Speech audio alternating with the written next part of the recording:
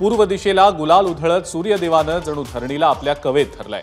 सूर्यदेवाची किरणं धावत येऊन जणू चंद्रभागेच्या नितळ आणि आरसपानी पाण्यावर सांडून गेली आहेत। अंगणात प्राजक्तांच्या फुलांचा आणि ऐन पौर्णिमेला नभांगणात चांदण्यांचा सडा पडावा तसं चंद्रभागेचं पात्र चमकून गेलंय।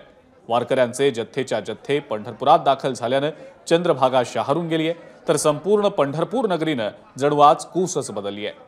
कपाळी अबीर गुलाल लावलेल्या साध्या भोळ्या वारकऱ्यांचा वावर आणि कानावर पडणारा अखंड नामघोष यामुळे संपूर्ण भवताल सुखावून गेलाय। गेल्या काही दिवसांपासून वाट तुडवत विठ्ठलाचं गान गात भजनात गुंग होत वारकरी एकदाचे पंढरीमध्ये दाखल झाले। त्यामुळे आता नाही दूर देव आपणाशी ठाव असं म्हणणारा वारकरी गाय जशी वासराकडे धावते तसा विठ्ठलाकडे धावतोय। कटेवर कर घेऊन उभ्या असलेला निराकार निर्गुण अशा सावळ्या विठ्ठलाला गच्च मिठी मारण्यासाठी वारकरी आसूसलाय आणि म्हणूनच भक्तीचं ऐलतीर आणि विठू नामाचं पैलतीर असलेल्या पंढरी नगरीच्या नसानसांमध्ये एक वेगळंच चैतन्य भरून गेलेलं आहे। यासाठी चंदन जे स्वतः गंधे माझे माहेर पंढरी आहे भिवरेच्या तिरी, माझा बाप आणि माझी आई माझी विठ्ठल रखुमाई असं म्हणत वारकरी पंढरी नगरीमध्ये दाखल झालेले होते। लाडक्या विठुरायाची आस, विठुरायाच्या रुक्मिणी मातेच्या चरणी लीन होण्याची आस या सगळ्या वारकऱ्यांच्या मनात आहे। पंढरपुरातनं याचा थेट आढावा आपण घेऊया। गोविंद शेळके आपले प्रतिनिधी आपल्या सोबत आहेत सध्या।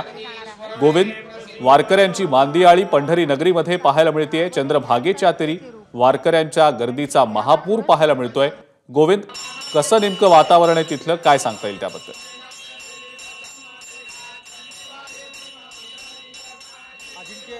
आपल्याला माहिती आहे की एकतर वारीमध्ये ज्ञानोबा तुकोबाचा जयघोष करत शेकडो किलोमीटरचं अंतर चालून आलेले वारकरी काल रात्री या पंढरपूर नगरीमध्ये दाखल झाले।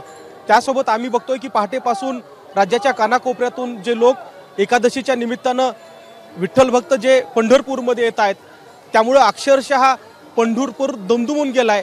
चंद्रभागेच्या तीरावर या भक्तांचा पूर आलाय आणि आम्ही ज्यावेळी प्रशासनाकडून माहिती घेतोय की मागच्या काही वर्षामधल्या एकादशीपेक्षा या एकादशीला भक्तांचा जी काही गर्दी आहे ती जास्त आहे। आता अगदी माझ्या मागे बघताय की तुम्ही हे रात्री रांगेत लागलेले सगळे विठ्ठल भक्त होते की जे चंद्रभागेवरती पोहोचले, चंद्रभागेमध्ये स्नान केलं आणि पहाटे रांगेमध्ये लागले।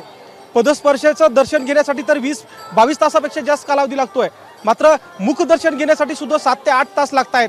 आणि यापैकी बहुतेक मंडळी ही नामदेव पायरीचं आणि कळस दर्शनासाठी येतात। कळस बघितला आणि इथून लगेच एकादशी पूर्ण झाल्याची अनुभूती या वारकऱ्यामध्ये येत असते, या विठ्ठल भक्तामध्ये येत असते। आणि सगळीकडे पंढरपूरमध्ये ज्ञानोबा तुकोबाचा जो जयघोष चालू आहे तो अगदी रात्रीपासून वाढत होता आणि पहाटेपासून तर अगदी चंद्रभागेच्या तीरावरती सगळीकडे बगल त्या ठिकाणी विठ्ठल भक्त आपल्याला पाहायला मिळत आहेत। एकूणच पंढरपूरमध्ये विठ्ठल भक्तांचा महापूर आलाय असं म्हटलं आपण तर ते चुकीचं ठरणार नाही। अजिंक्य, बिलकुल गोविंद, आणि पंढरीतलं जे नियोजन आहे यंदाच्या वर्षीचं वेगळेपण काय दिसतंय नेमकं त्यात? भाविकांची वारकऱ्यांची गैरसोय होऊ नये म्हणून पुरेपूर खबरदारी घेतली गेलेली होती। गोविंद, त्याबद्दल नेमकं काय सांगता येईल? एकतर अजिंक्य काय झालंय की जे वारकरी पंढरपूर नगरीमध्ये विसावत आहेत तो जो 65 एकर एरिया आहे, ज्याला 65 एकर क्षेत्र म्हणून ओळखलं जातं, त्या 65 एकरमध्ये सुविधा करण्यात आल्यात। सगळ्यात महत्त्वाचं दर्शन रांगेमध्ये लागलेले जे भाविक आहेत त्या भाविकांसाठी चहा पाणी आणि अल्पोपहाराची व्यवस्था सुद्धा करण्यात आलेली आहे। त्यामुळं जे दर्शन रांगेमधले लोक आहेत, जे भाविक आहेत, त्यांची गैरसोय यापूर्वी अनेक वेळा व्हायची। यावेळी मात्र दर्शन रांगेमध्ये पत्राशेड उभा केलेत, त्यांना ऊन लागू नये, त्यासोबतच तिथे पाण्याची व्यवस्था करण्यात आली आहे, चहा आणि अल्पोपहाराची व्यवस्था करण्यात आली आहे। पंढरपूर शहरामध्ये सुद्धा येणारी जी वाहनं आहेत ती व्यवस्थितरित्या पार्किंग केली जात आहेत। त्यामुळं आपण बघतोय की जे भाविक आहेत ते ज्यांना येऊन परत जायचं आहे, गर्दी आपण एबीपी माझाच्या प्रेक्षकांना दाखवूया। काही वारकऱ्यांशी काही भाविकांशी संवाद साधता आला तर ते देखील आपण प्रेक्षकांपर्यंत पोहोचवण्याचा प्रयत्न करूया। नक्की नक्की अजिंक्य, माझ्यासोबत ही सगळी मंडळी आहे जे खरं तर दर्शन घेऊन आले असतील। कुठून आले? आम्ही बारामतीहून आले, बारामती कराटे, सुनील गुळमकर। हा, कधी निघाल? आम्ही देहूतूनच निघालेलो आहे। हां, दर्शन कुठलं झालं? दर्शन पूर्ण करून आलोय आम्ही आता। हां, किती तास लागले?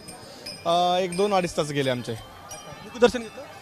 मुखदर्शन नाही घेतलं, कळस दर्शन घेतलं। झालं दर्शन? झालं किती वाजता गेले होते? सकाळी 5 वाजता गेलो.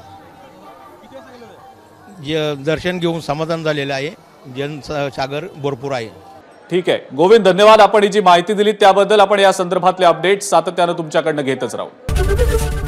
एबीपी माझा, उघडा डोळे बघा नीट.